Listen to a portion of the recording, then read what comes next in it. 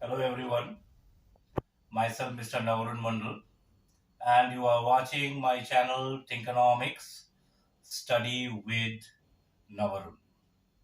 My dear boys and girls, our expert teachers has given you a lot of advice regarding which topics to do for each and every subject. Now teachers will give you the advice, but who will have to execute?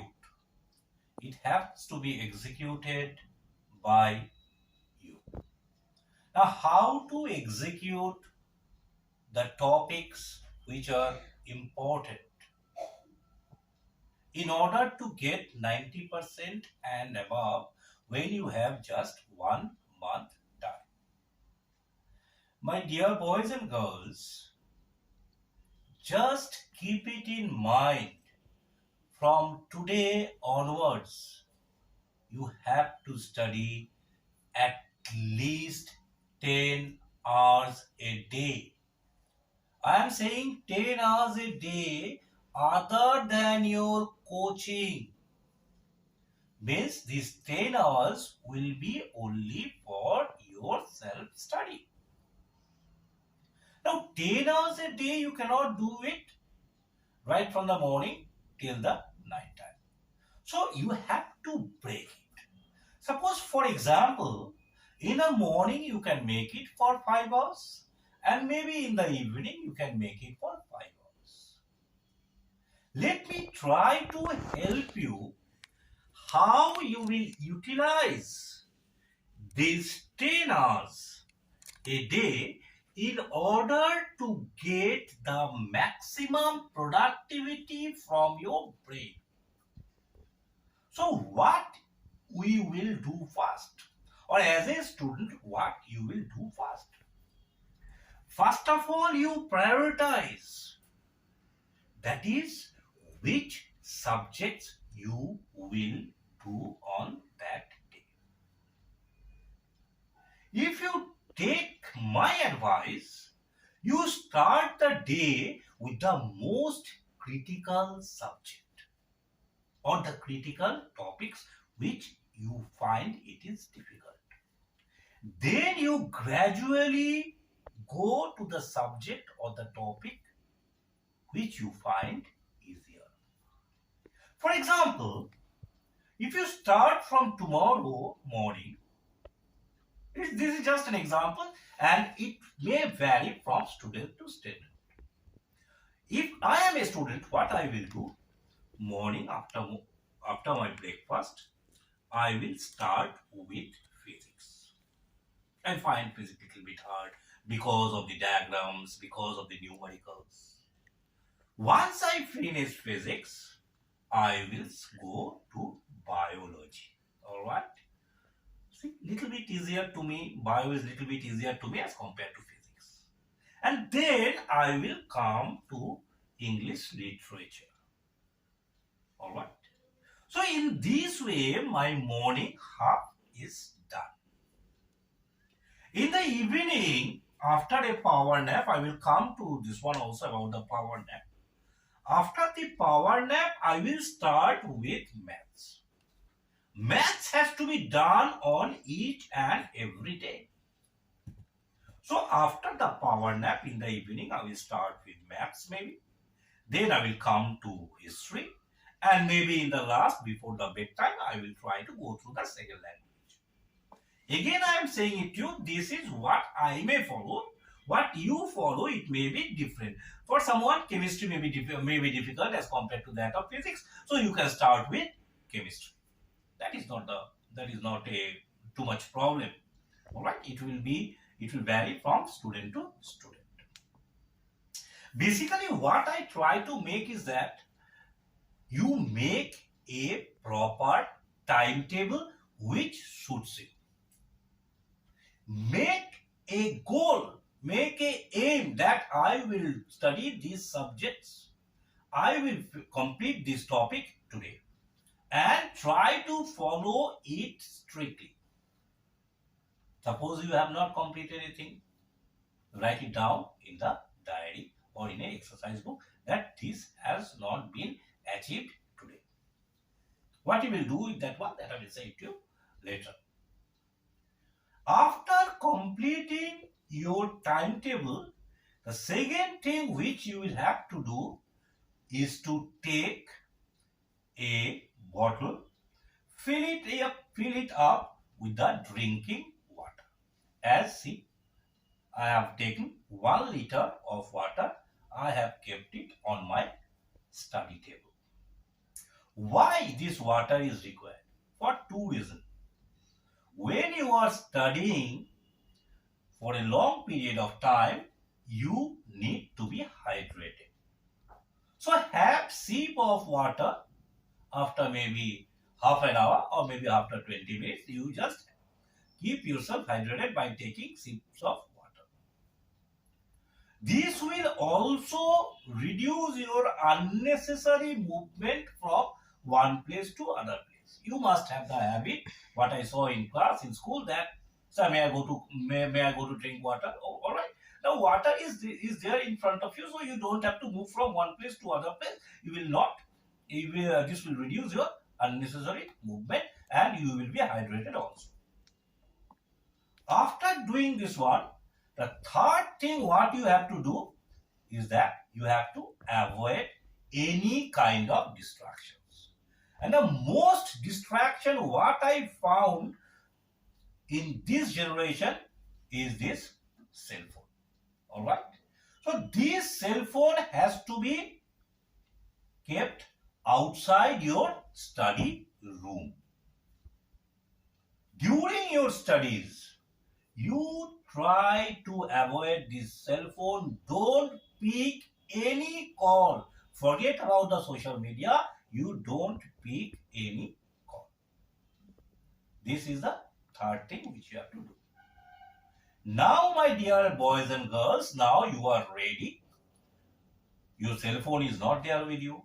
You have the drinking water. Now, you are ready to study. Suppose, as I said it to you, that as you have started studying with physics, how much time you will devote for that subject? At least 2 hours. If you start with a subject, maybe it is physics, maybe chemistry, maybe bio, maybe literature, whatever it is, you will study that subject at least for 2 hours. Now, you may have a question in your mind, sir, why 2 hours? The main reason for this is that after 1 month, when you will appear for your board exam, you will have to be seated for 2 hours and 15 minutes. That is 15 minutes of reading time and 2 hours of writing time. So you must develop the habit of sitting and studying, and you must concentrate at least for 2 hours. So once you start studying a subject, it should be at least for 2 hours. Now after 2 hours, now you can take a break of 10 minutes. Now this is your time, this 10 minutes. But if you try to take my suggestions, I will always suggest you to listen soft music. It should not be the rock music, or it should not be this Hindi gana or very high pitch, alright? You try to listen the soothing music, the soft music, which will bring peace to your exhausted mind. So once this break of 10 minutes is over, now you swap the subject. Means if you are studying, as I said, it to physics, now little bit lighter subject, you come to bio.